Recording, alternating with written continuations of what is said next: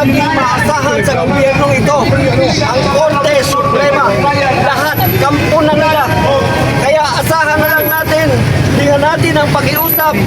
Sana ang Korte Suprema husgahan na, desisyon na yung mga kasong nakapending, lalo na yung tungkol sa kidnapping ni Tatay Digong Duterte at yung habeas corpus.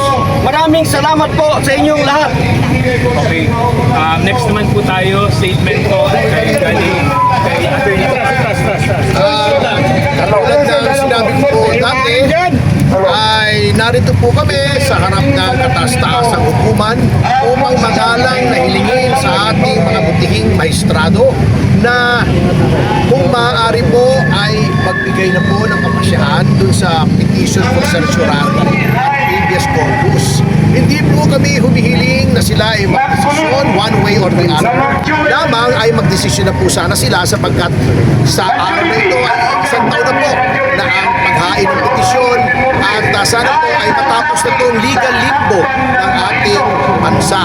Kung konstitusyonal, sabihin po nila, kung bawal, ay matasya po sila. Yun lamang po ang kami kahilingan, no more and no less. Maraming salamat po. Si ano naman?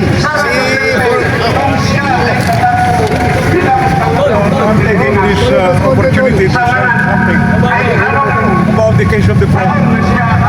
I was a classmate of the president Duterte. We finished school together, we passed the bar at the same time. There is one legal question that has to be decided by the Supreme Court.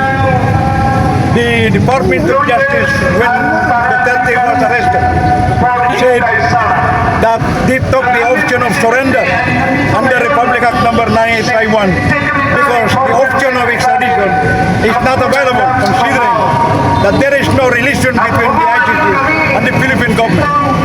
But the option of surrender can only be done if there is any judicial proceeding.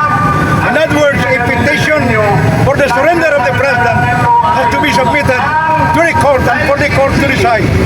It is not the decision of the executive arm of the government. And for that matter, it is really about time that the Supreme Court of the Philippines should decide. Is the option of surrender in accordance with the Republic Act number 9851? Is it the law that there is no need for any judicial proceeding? Even in the diffusion notice that was being read by General Torres, he said, arrest President Rodrigo Roa Duterte and bring him to a competent magistrate. Attorney Topacio is here. The president was never brought to a competent magistrate. Therefore, there was a violation of the right of the president. It is a constitutional prescription that nobody, a citizen of this country, should be brought out of the country without any judicial proceeding. The law specifically provides under Republic Act number 9851 that in both options, surrender or extradition, there must be a judicial proceeding that has to be submitted to the court and for the court to decide. Until now, that thing was not decided. So it is about time that the Supreme Court should decide so that the case of Senator Bato and anybody facing criminal charges before the ICC will not be afraid to go out in the open, because if there is a decision of the Supreme Court that the option of surrender was not in accordance with the Constitution, was not in accordance with the Republic Act number 9851. Therefore, the arrest of the President Duterte, was not in accordance with law. Thank you. Saka kaya rin po natin ito ginagawa, no? Kasi napaka-importante po ng decision na ito. Bakit po? Kunwari po matalo sila sa impeachment ni Vice President Sara Duterte. Okay. Napaka-importante po ng decision din po na hinihintay po natin ngayon. Dahil halimbawa po, kung matalo po sila sa impeachment trial ni VP Inday Sara, paano po kung gawin na naman po nila yung illegal na pag-aresto ng ICC kay VP Inday? Ito pong pag-arrest ay ito pong desisyon ng Korte Suprema ay ang atin pong magiging basis dito. Natanong po natin, nagkakagulo na sa Senado at sana po sa lalong madaling panahon ilabas na nila ang desisyon. Kita niyo naman po yung tarpaulin namin ngayon, no? Ikulong na yan, mga kurakot, dahil yung mga dapat makulong dyan, nandyan pa rin. Sec Mike. Alam niyo, nandito ako bilang pakikisa sa mga abogado na nag-file ng petition for certiorari dito sa Korte Suprema.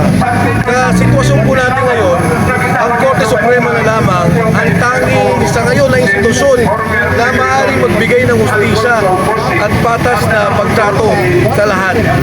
Nung lumabas po yung 18 marino, naging malinaw sa akin kung anong naging proseso ng pagka-aresto ng Pangulong Duterte. 5 taon, matapos mawala tayo sa ICC, talagang inayos nila, ginawa, ipinorma yung kaso kay Pangulong Duterte para siya makidnap ng sarili niyang gobyerno at dalhin sa The Hague, Netherlands. Mismo ang mga taong involved, sumundo sa ICC investigator, sumundo at nagdala sa hotel, nagdadala ng pera, pinapaikot sa mga testigo, nagdadala ng mga testigo, ang mga nagsasalita na tungkol dito. Kaya hinihiling natin sa Korte Suprema, sinusuportan ko yung mga kasama natin ngayon, na bigyan ng hustisya ang isang Pilipino. Bigyan ng hustisya ang pagkidnap kay Pangulong Duterte. Higit sa lahat, ito rin naman ay pagrespeto sa ating korte, pagrespeto sa ating batas, pagrespeto sa proseso ng batas ng ating bansa at ng ating republika. Yan ang nangyari kay Pangulong Duterte ay hindi natin dapat payagan sa ngayon at sa darating na panahon. At nandito kami hinihiling sa Korte Suprema na gumawa na sila ng desisyon sa lalong madaling panahon, ipakita nila ang patas na pagpapatupad ng batas dito sa ating bansa. Maraming salamat. Sure na lang po, then okay na tayo. Alam ninyo, sabi nga ni Presidente Nelson Mandela, hindi raw kayang tumbasan ng anumang halaga kahit 1 minuto ng pagkakakulong. Ang kaso po ng ating Presidente, hindi lamang siya nakulong dito, nakulong siya sa ibang bansa. Ngayon, ano po ba ang ating hinihintay sa kataas-taasang hukuman? Ang pagbigay na po ng desisyon sa mga kasong inihayin sa kanila. Nang sa ganon, malalaman natin kung ano ang mga susunod natin. I'm speaking here not to tackle the issues involving the case, but rather asking the Supreme Court. Sapagkat naniniwala po ako na ang kataas-taasang hukuman lamang ang makakapagbigay ng liwanag. Nang sa ganon, sa mga susunod na pagkakataon, alam natin kung ano ang ating susunod na gagawin. So, ang pagkakakulong po ng Presidente Duterte, naniniwala ako na kinakailangan umaksina ang Supreme Court. Nang sa ganon, ang mamayang Pilipino, alaman nila kung tama ba o mali ang ginawa